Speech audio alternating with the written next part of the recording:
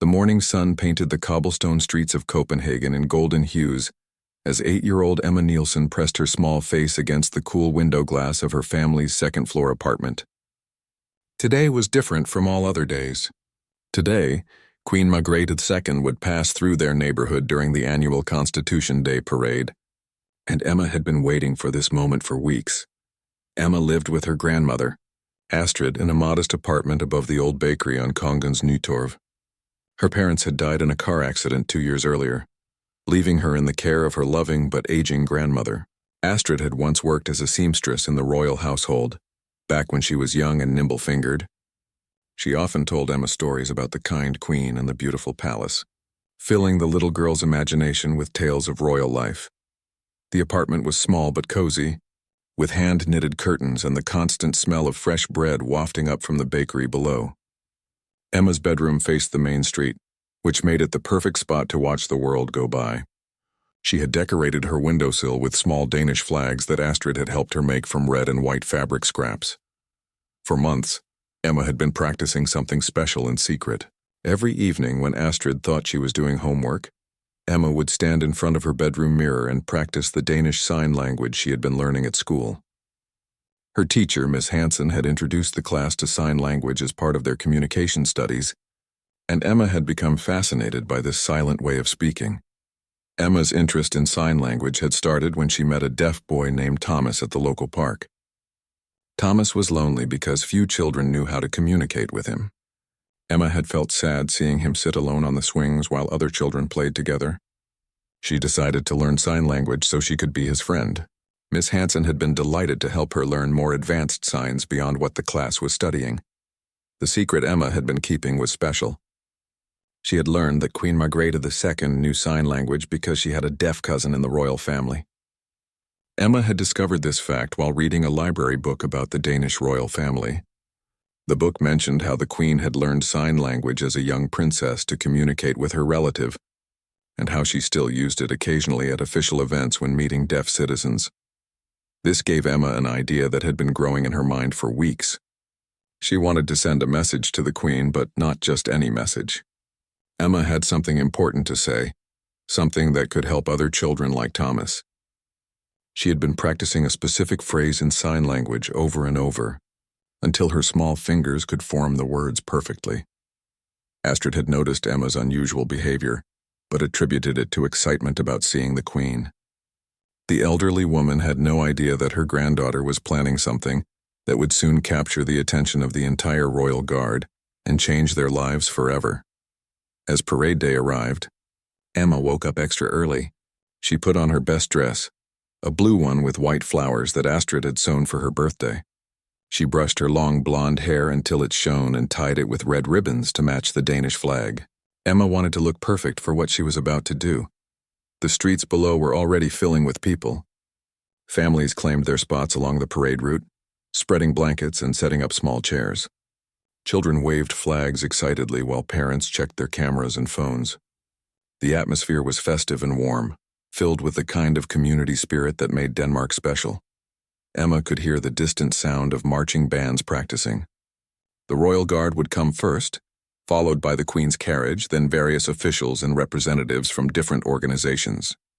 The parade was a beloved tradition that brought the community together and allowed citizens to see their monarch up close. Astrid joined Emma at the window, bringing 2 cups of hot chocolate topped with whipped cream. "Are you excited, little one?" she asked, wrapping her arm around Emma's shoulders.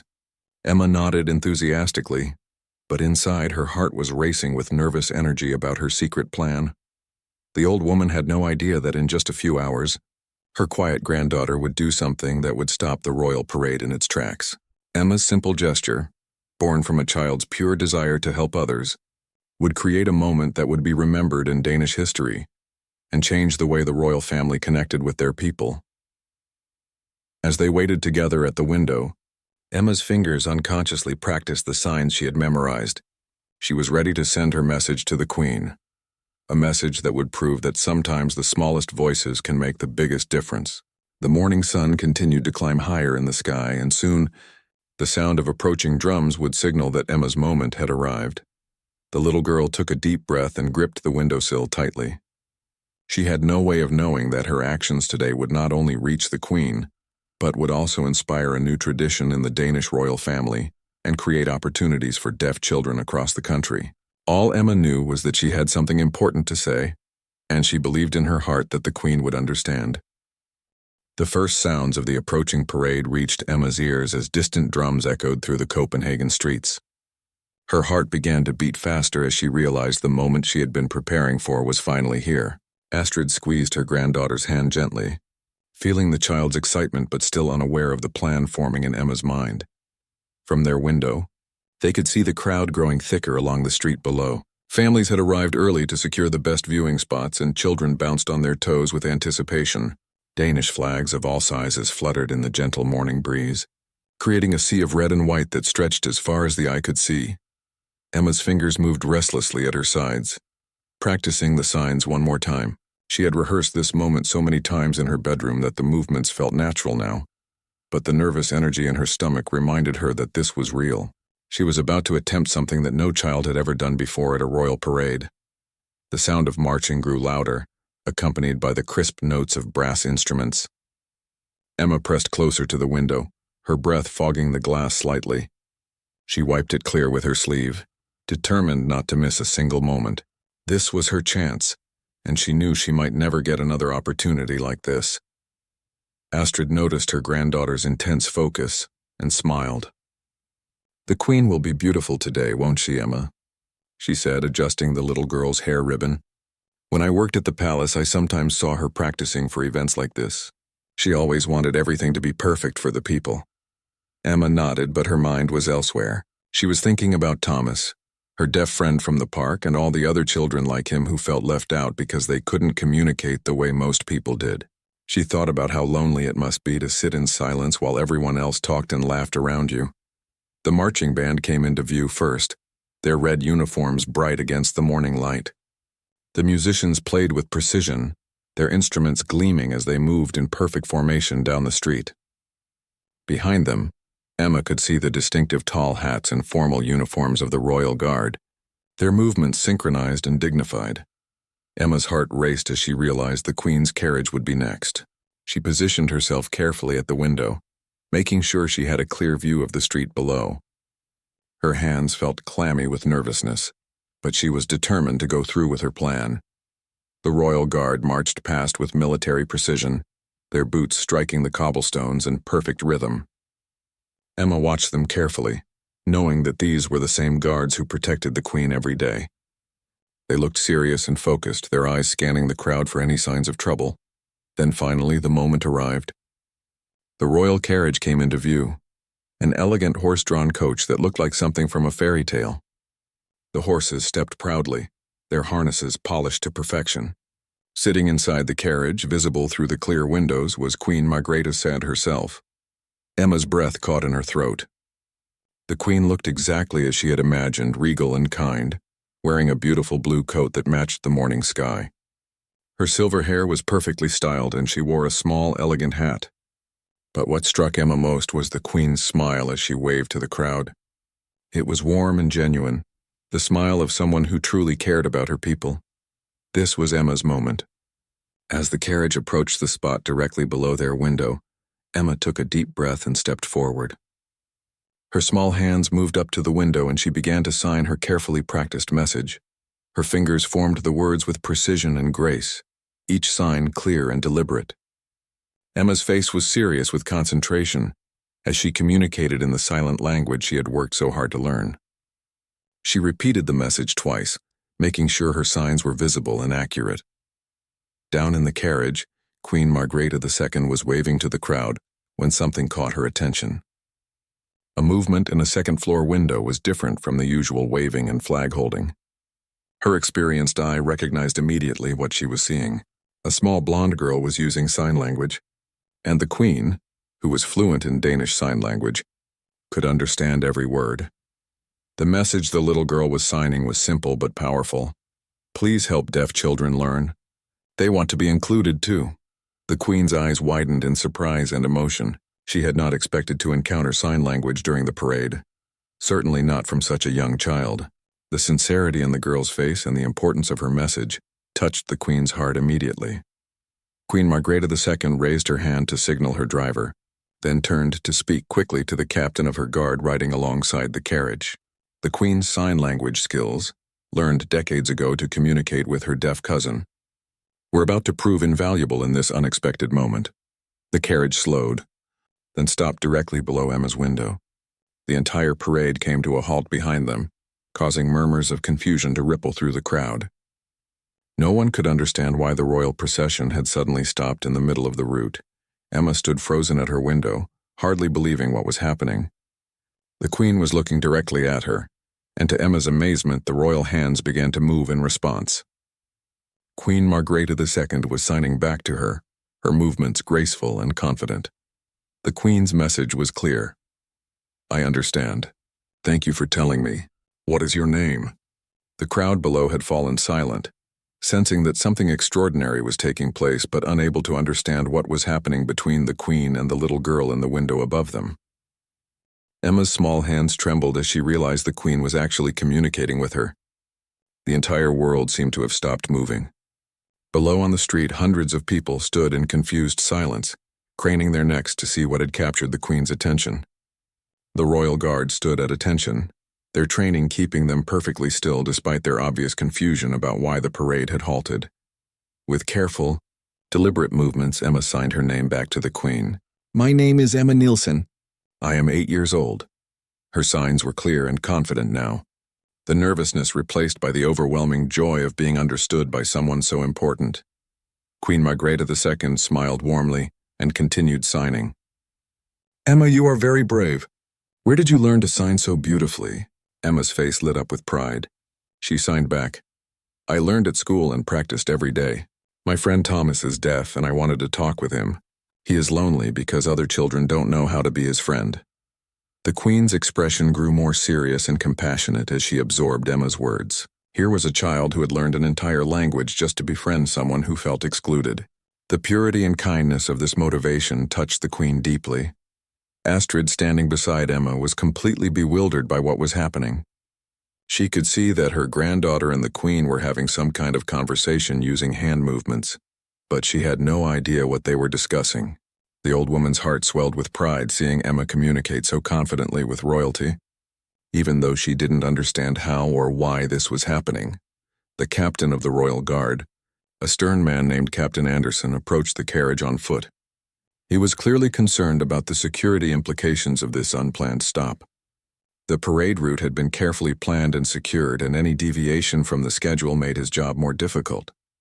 "Your Majesty," he said quietly, "we should continue the parade. People are becoming restless and we have a schedule to maintain." Queen Margrethe II held up her hand to indicate she needed more time. She had been moved by Emma's message and wanted to respond properly to this remarkable child's gesture. This was not just a cute interaction with a citizen. This was a young person bringing an important social issue to her attention in the most creative way possible. The Queen signed to Emma again. "Emma, I want to help deaf children like your friend Thomas. Will you tell me more about what they need?" Emma's excitement grew as she realized the Queen was taking her message seriously. She signed back carefully. "Thomas feels sad because he cannot join games with other children. At school, teachers don't always know how to include him. He sits alone at lunch because no one can talk to him. But Thomas is very smart and funny when you get to know him." The Queen nodded thoughtfully as she absorbed each of Emma's words. She was learning valuable information about the experiences of deaf children in Denmark. Information that could help her understand how to address these issues on a larger scale. Meanwhile, news crews that had been following the parade were quickly repositioning their cameras to capture this unexpected interaction. Reporters were frantically trying to understand what was happening and why the Queen had stopped the parade to communicate with a little girl in a window. One experienced reporter, Kirsten Larsen from Danish national television, had worked enough royal events to recognize sign language when she saw it. She quickly alerted her cameraman to focus on the hand movements, sensing that they were witnessing something historically significant. The Queen continued her conversation with Emma, asking, "What would make school better for Thomas?" Emma thought carefully before responding. She had discussed this many times with Thomas during their afternoon talks in the park. Thomas wishes teachers knew sign language so they could help him in class. He wants other children to learn some signs so they could be friends. He dreams of a school where deaf children don't feel different or left out. The sincerity and thoughtfulness of Emma's responses impressed the Queen greatly. This child had clearly given serious consideration to these issues and had practical suggestions for improvement. The Queen realized she was speaking with someone who, despite her young age, had genuine insights into an important social problem. Captain Anderson approached the carriage again, this time more urgently. "Your Majesty, we really must continue. The crowd is growing restless and we have commitments at the palace." But Queen Margrethe II was not ready to end this extraordinary conversation. She had encountered something rare and precious, a child who was using her voice to advocate for others who had no voice. This was exactly the kind of citizen engagement that made democracy meaningful. The Queen made a decision that would surprise everyone, including her own staff. She signed to Emma. "Emma, I want to meet you and your friend Thomas properly. Would you and Thomas like to visit me at the palace next week?" Emma's eyes grew wide with disbelief. She signed back, "Really? Thomas can come too?" "Yes, both of you. I want to learn more about how we can help deaf children in Denmark." "You have taught me something very important today." The crowd below was growing more curious and restless. Some people were calling out questions, wondering why the parade had stopped. Others were pointing cameras and phones upward, trying to capture whatever was happening in the window above them. Emma looked down at all the faces staring up at her and suddenly felt overwhelmed by the attention. She had only wanted to send a simple message to the Queen, but now it seemed like the entire country was watching her. The Queen, noticing Emma's sudden nervousness, signed one final message. "You are very special. Emma, thank you for caring about your friend and other deaf children. I will see you next week." With that, Queen Margrethe II gave a small wave to Emma and signaled to Captain Anderson that she was ready to continue the parade. As the royal carriage began to move again, the crowd erupted in confused chatter. People who had witnessed the extraordinary exchange were trying to explain to others what they had seen, but few could make sense of the silent conversation that had just taken place between their queen and a small girl in a window. Emma stepped back from the window, her legs feeling weak with the enormity of what had just happened. She had actually communicated with the Queen of Denmark, and not only that, but the Queen had invited her and Thomas to visit the palace. It seemed too incredible to be real. Astrid was staring at her granddaughter with a mixture of amazement and confusion. "Emma, what just happened? What were you doing with your hands? Why did the Queen stop her carriage?" Emma's excitement bubbled over as she explained everything to her grandmother. She told Astrid about learning sign language, about her friendship with Thomas, and about her plan to send a message to the Queen about helping deaf children. When she reached the part about being invited to the palace, Astrid had to sit down on Emma's small bedroom chair. "The palace?" Astrid whispered, her hand over her heart. "Emma, are you certain that's what she meant?" Emma nodded enthusiastically, her blonde curls bouncing. "She signed it very clearly, Grandmama. She wants to meet Thomas and me next week. She wants to learn how to help deaf children." Astrid's eyes filled with tears as she realized the significance of what her granddaughter had accomplished. The old woman had spent years working in the royal household, but had never imagined that her little Emma would one day have a personal conversation with the Queen herself. Meanwhile, down on the street, the parade had resumed its course, but the atmosphere had changed completely. Word was spreading quickly through the crowd about the sign language conversation they had witnessed. Camera phones had captured parts of the interaction, and already videos were being shared on social media platforms across Denmark. Kirsten Larsen, the television reporter, was already preparing a special report about what she had witnessed. She recognized that this was not just a heartwarming moment, but potentially a significant development in how the royal family engaged with disabled citizens. She began making phone calls to experts who could help explain the importance of what had just occurred. At the royal palace, news of the incident was reaching Queen Margrethe II's staff before the parade had even concluded. Private Secretary Henrik Rasmussen received several urgent phone calls from security, personnel and media representatives, asking about the unscheduled stop in the Queen's interaction with a civilian. When the parade finally arrived at the palace, Queen Margrethe II immediately asked to speak with her senior staff. She was excited about her encounter with Emma and wanted to follow through on her promise to invite the girl and her deaf friend to the palace. "I want to meet with This child and her friend next week, the Queen announced to her surprised staff. Today I learned something important about how we can better serve deaf citizens in Denmark, and I want to explore this further. Private Secretary Rasmussen cleared his throat diplomatically.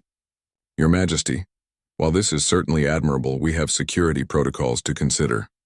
We cannot simply invite unknown civilians to the palace without proper background checks and arrangements. The Queen's expression grew firm. Henrik, that little girl, showed remarkable courage and compassion today. She used her voice to advocate for children who often go unheard. If we cannot find a way to honor such civic engagement, then what is the purpose of our position? Back at the apartment above the bakery, Emma and Astrid were dealing with an unexpected problem. News of the incident had spread so quickly that reporters and curious neighbors were already gathering outside their building. The phone in their apartment began ringing constantly, as local news outlets tried to reach them for interviews. Astrid, feeling overwhelmed by the sudden attention, unplugged the phone and pulled the curtains closed. She was protective of Emma and worried about how all this publicity might affect the quiet life they had built together. "Grandmama, are we in trouble?" Emma asked, noticing her grandmother's worried expression. "No, dear one," Astrid replied, hugging Emma close. "You're not in trouble. You did something wonderful today. I'm just not used to so many people wanting to talk to us." Emma spent the rest of the day replaying the morning's events in her mind. She kept thinking about Thomas and how excited he would be when she told him about the Queen's invitation. She could hardly wait to see his face when she signed the news to him. That evening, as Astrid prepared a simple dinner, there was a gentle knock at their door. When Astrid opened it carefully, she found a well-dressed man in a dark suit standing in the hallway. "Good evening," he said politely, showing an official identification card. "My name is Lars Nielsen from the royal household. Her Majesty Queen Margrethe II has asked me to speak with Emma Nielsen about arranging a visit to the palace." Astrid's hand flew to her throat in surprise. "You're really from the palace?" "Yes, madam." The Queen was quite moved by Emma's message today and is serious about her invitation. "May I come in to discuss the arrangements?"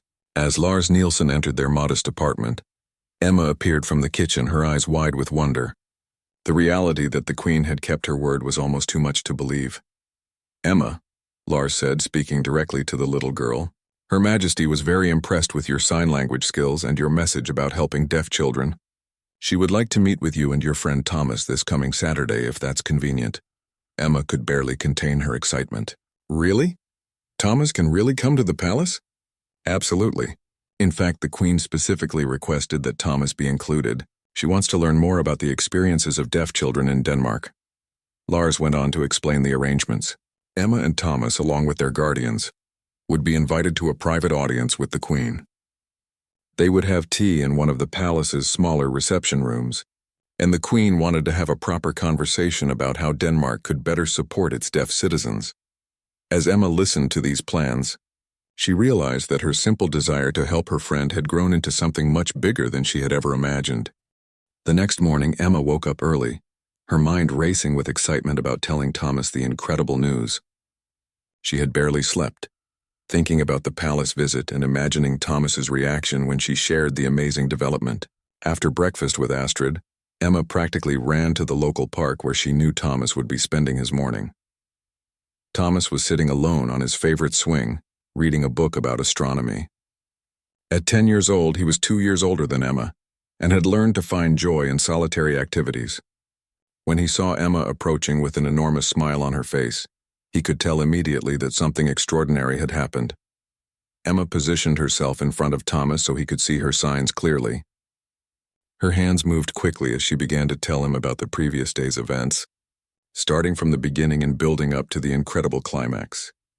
Thomas's expression changed from curiosity to amazement to complete disbelief as Emma's story unfolded.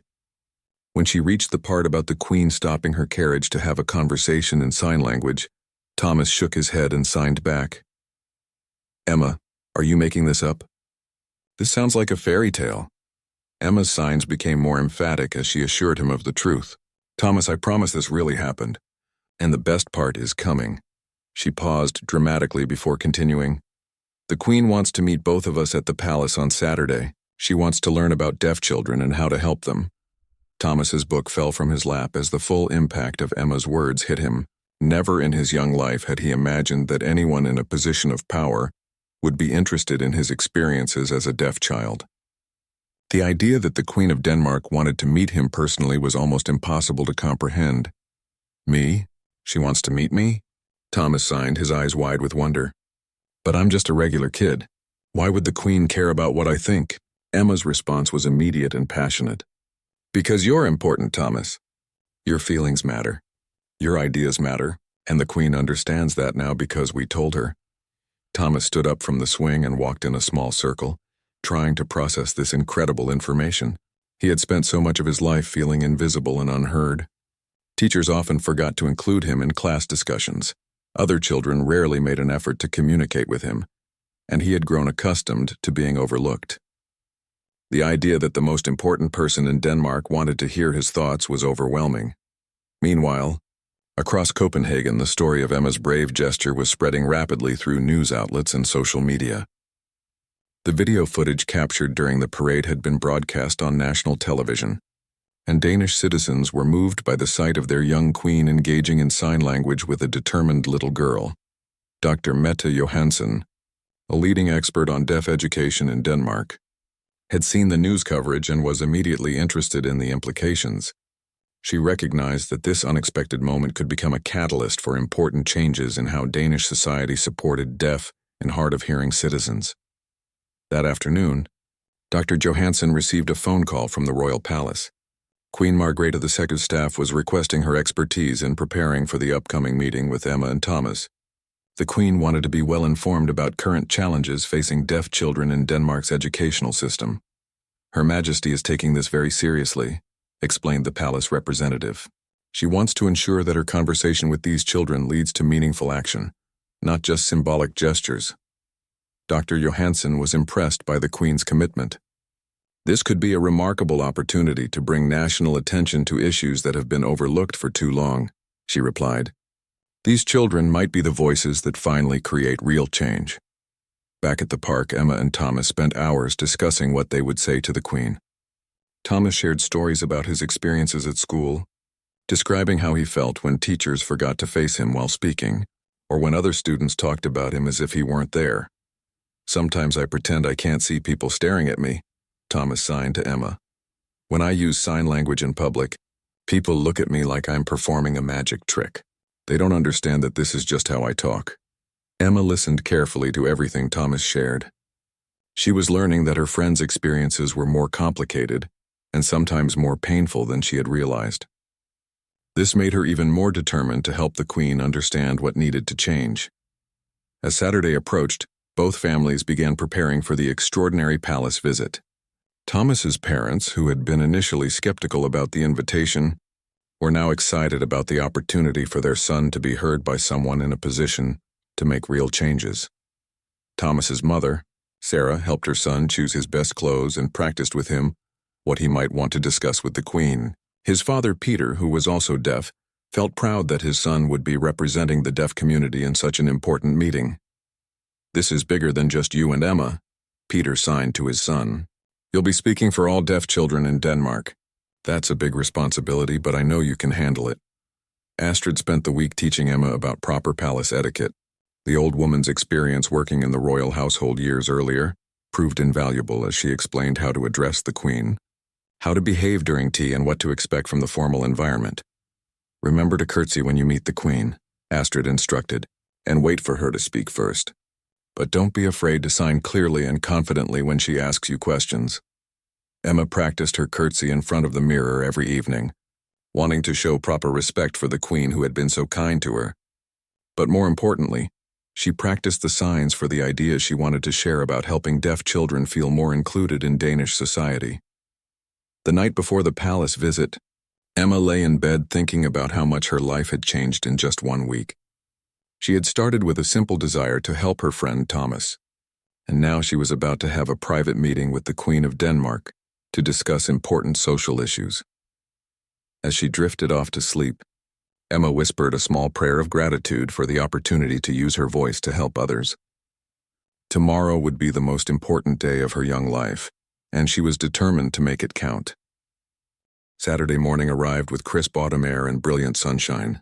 Emma woke before dawn, too excited to sleep any longer. She had laid out her best dress the night before, a navy blue one with small white flowers that Astrid had carefully pressed until it looked perfect. Emma brushed her hair until it gleamed and tied it back with the same red ribbons she had worn during the parade. At precisely 9 o'clock, a royal car arrived outside their apartment building.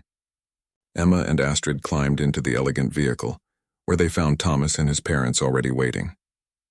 Thomas looked handsome in his dark suit and tie, though Emma could see he was nervous by the way his hands kept smoothing his hair. The drive to Amalienborg Palace took them through the heart of Copenhagen. Emma pressed her face to the window, watching the familiar streets transform into the grand royal district. When the palace came into view with its impressive architecture and ceremonial guards, both children fell silent with awe. Palace staff members greeted them at the entrance with warm smiles and gentle guidance. Emma was relieved to see that everyone seemed genuinely happy to have them there. Rather than treating their visit as an inconvenience or publicity stunt, they were escorted through magnificent hallways lined with portraits of previous Danish monarchs and beautiful artwork. Emma tried to memorize every detail so she could describe it all to Astrid later. The ceilings were higher than she had ever seen, and chandeliers sparkled like captured starlight above their heads. Finally, they were led into a cozy reception room that felt much more intimate than the grand spaces they had passed through. Comfortable chairs were arranged around a low table set with delicate china and plates of pastries. Large windows overlooked the palace gardens, where autumn leaves created a carpet of gold and red. When Queen Margrethe II entered the room, both children remembered their lessons and performed careful curtsies and bows. The queen was dressed simply in a warm burgundy suit, and her smile was as genuine and welcoming as it had been during the parade. "Emma and Thomas," the queen said, speaking clearly so Thomas could read her lips while also signing, "I am so pleased to meet you both properly. Please sit down and make yourselves comfortable." Emma was amazed to see the queen signing as she spoke, making sure that Thomas could follow the conversation completely. It was clear that Queen Margrethe II had prepared carefully for this meeting and wanted Thomas to feel fully included from the very first moment. As they settled into their chairs, palace staff served tea and offered the children their choice of pastries. Emma chose a small cake decorated with marzipan flowers, while Thomas selected a Danish pastry that reminded him of ones his grandmother made. "Emma," the queen began, "I have been thinking about our conversation during the parade all week. Your message about helping deaf children was very important to me. I would like to hear more about your friendship with Thomas and what you have learned from him." Emma glanced at Thomas, who nodded encouragingly. She took a deep breath and began to share their story. She told the queen about meeting Thomas at the park, about learning sign language to communicate with him, and about discovering how often he felt left out or overlooked by others. The queen listened intently, occasionally asking thoughtful questions. When Emma finished, the queen turned to Thomas directly. "Thomas, I would very much like to hear about your experiences in your own words. What is it like to be a deaf child in Denmark today?" Thomas had prepared for this question, but actually being asked by the queen made his heart race. He began signing while speaking aloud, sharing his experiences with remarkable honesty and maturity for a 10-year-old child.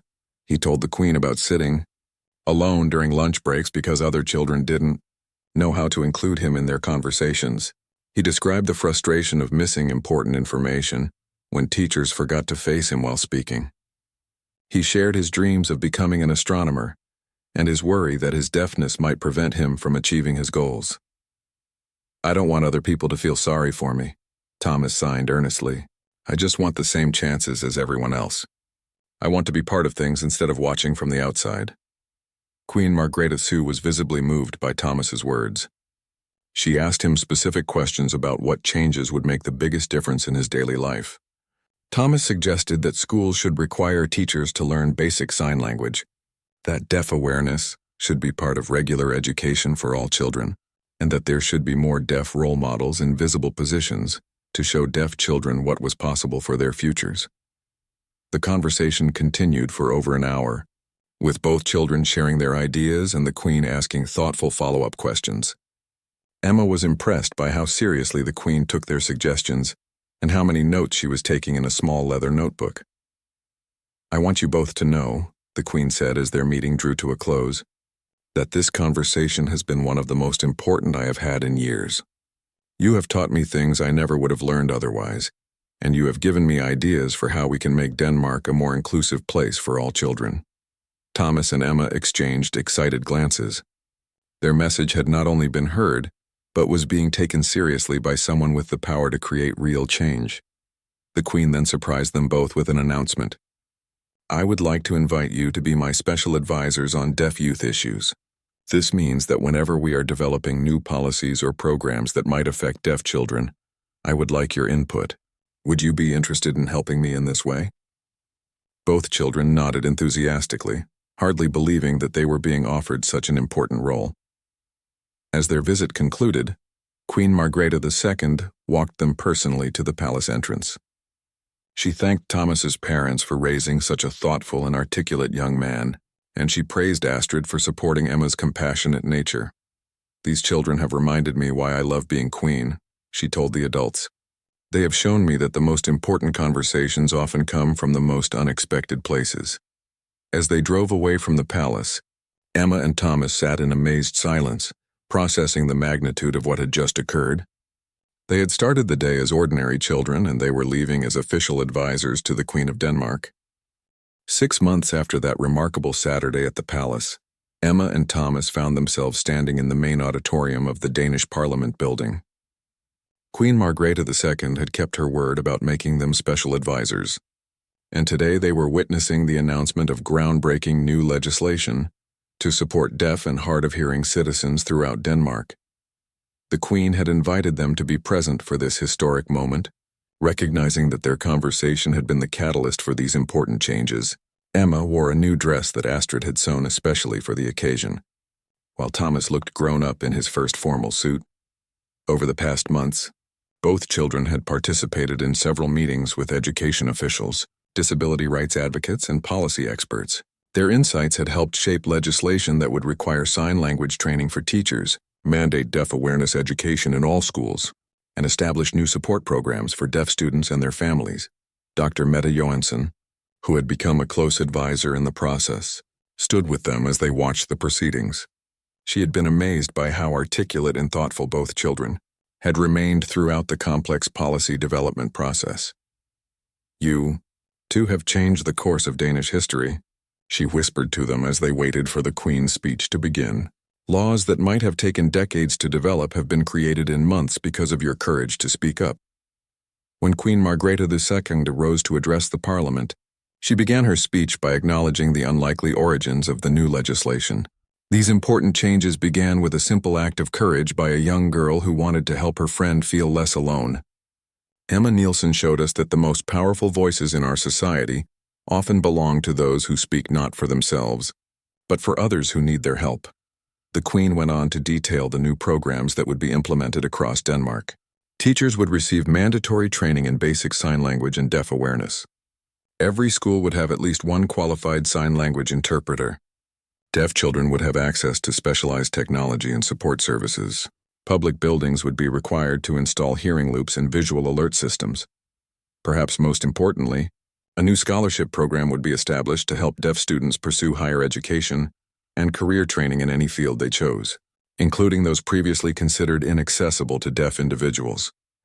As the Queen spoke, Emma noticed Thomas wiping tears from his eyes. When she caught his attention, he signed to her. "I never imagined anything like this could happen. Other deaf kids won't have to feel the way I used to feel." Emma signed back. "You helped make this happen, Thomas. Your words mattered." The legislation passed unanimously, with representatives from all political parties standing to applaud.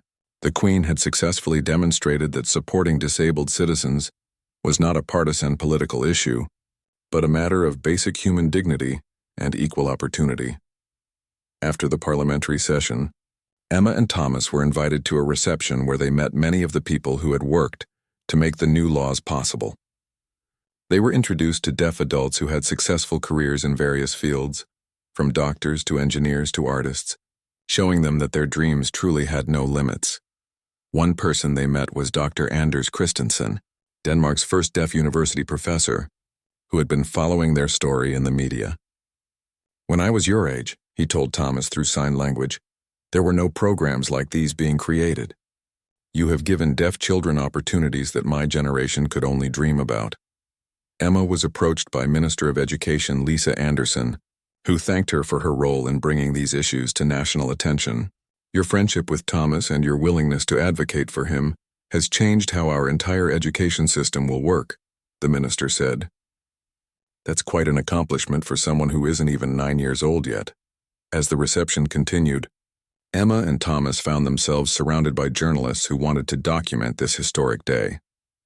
However, both children had learned to handle media attention gracefully over the past months, always focusing their interviews on the importance of inclusion and equal opportunities rather than their own personal stories. When asked what advice they would give to other children who wanted to make a difference, Emma's response was simple but profound. Pay attention to your friends who might be struggling or left out. Sometimes the smallest act of kindness can grow into something much bigger than you ever imagined. Thomas added, don't be afraid to use your voice, even if you're just a kid. Adults need to hear what we have to say, especially about things that affect us directly.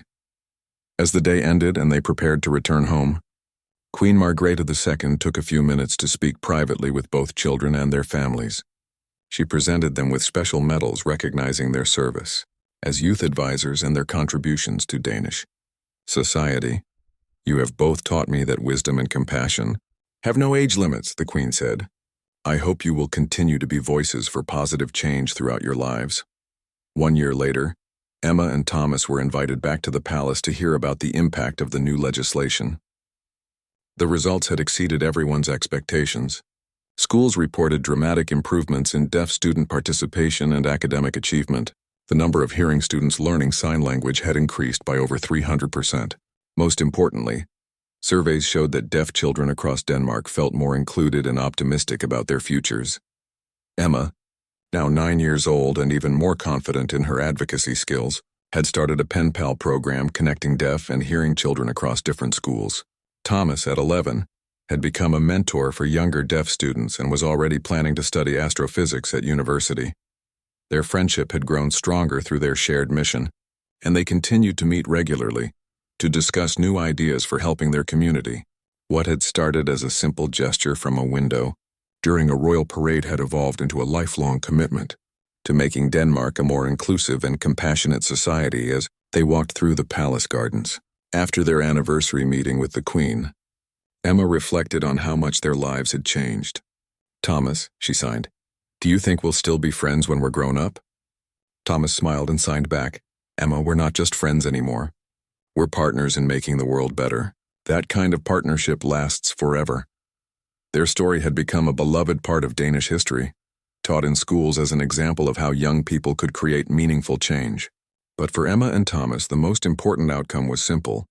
No deaf child in Denmark would ever have to feel as alone or overlooked as Thomas once had. Their friendship had truly changed a nation.